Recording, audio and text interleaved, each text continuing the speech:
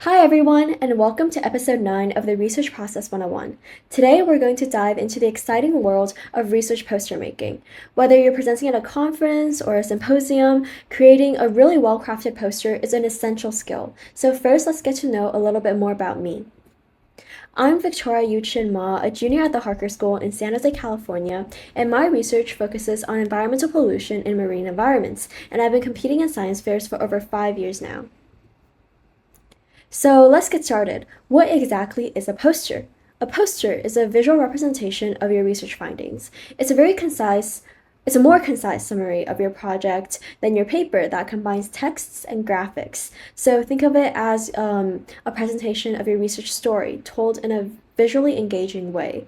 Posters typically use data plots and intuitive graphics to convey information quickly and clearly, and this makes them a really fantastic tool for engaging viewers and sparking interesting conversations about your work.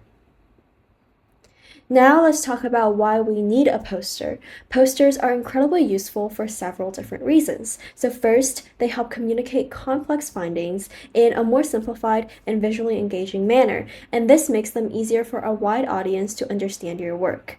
And second, they make presenting your research to a larger audience much easier, especially when you're presenting to large crowds where you might only have a few minutes to capture someone's attention. And finally, posters are a really great way to showcase your research in a very aesthetically pleasing way, so succinctly with concise bullet points and direct graphics, making your key points stand out.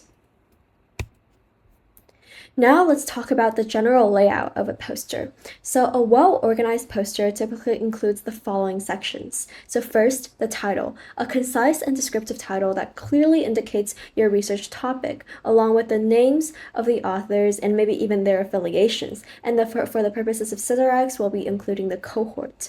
So introduction. So the left section is usually the introduction, literature review, and research objectives. And this broader section provides background information and sets the context for your research. So clearly state your research question and hypothesis here, or engineering goals. And then in the middle, we have the methodology section. So describe the methodology you used, include your experimental design, data collection methods, and analysis techniques. And here it'll be really useful to have flowcharts, diagrams to explain your setup or project lifecycle. And then moving down, we have the results section. So here is where you present your key findings using graphs, tables, and images. And on these different figures, highlight significant data points and trends. And then moving on to the right, we have the discussion section where you interpret your results, discuss their implications, and compare them with previous research. And then moving down, we have the conclusion section where you summarize your main findings and state their relevance, and maybe you could even suggest potential directions for future research.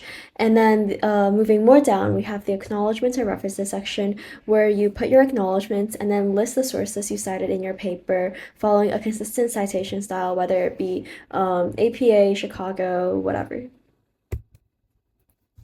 Visual appeal is really, really crucial for a poster, and here are some tips. So use a consistent color scheme, such as blue, black, green, and darker hues are usually more preferable.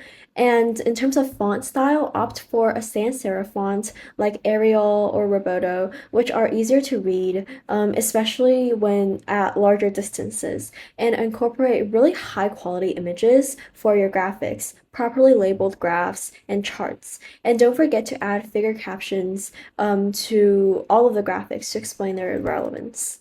To make things easier, we've provided a downloadable poster template that you can customize. You can find this template at this link on the slides, and the slides are available on the website. This template follows the guidelines we've discussed and will help you create a professional and polished poster.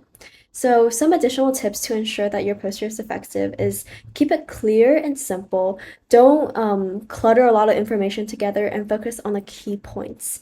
And after you make your poster, make sure to proofread carefully. Ensure that there are no errors or inconsistencies in the poster and that all the information is delivered correctly, concisely, and smoothly.